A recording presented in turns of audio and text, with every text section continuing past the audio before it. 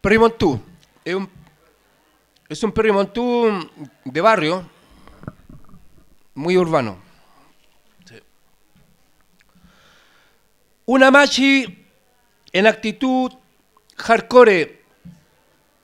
Una minosa punk atrevida.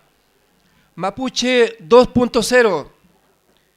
Desencadenando su yeyipún al son del sol, en clave de lunas, en llave de estrellas, con riff de cometas.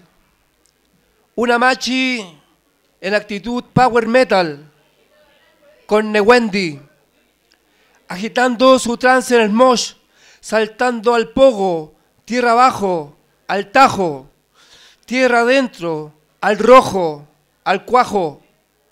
Una machi de la pobla, una hermosa mapunqui borracha, marichiguaneando eufórica, porque andáis puro marichiguaneando, con tu brebaje de ácido sulfúrico y mudai, en volá de cuimi, cosmogónica dulcinea de la fábula terráquea, una machi mapurve, con actitud sorpresiva, con fibras de calcu por el torrente sanguinolente, ascendiendo al regue de alta tensión y al tronar de voltajes en noche de lluvia, con el espiral del slam al medio del folle.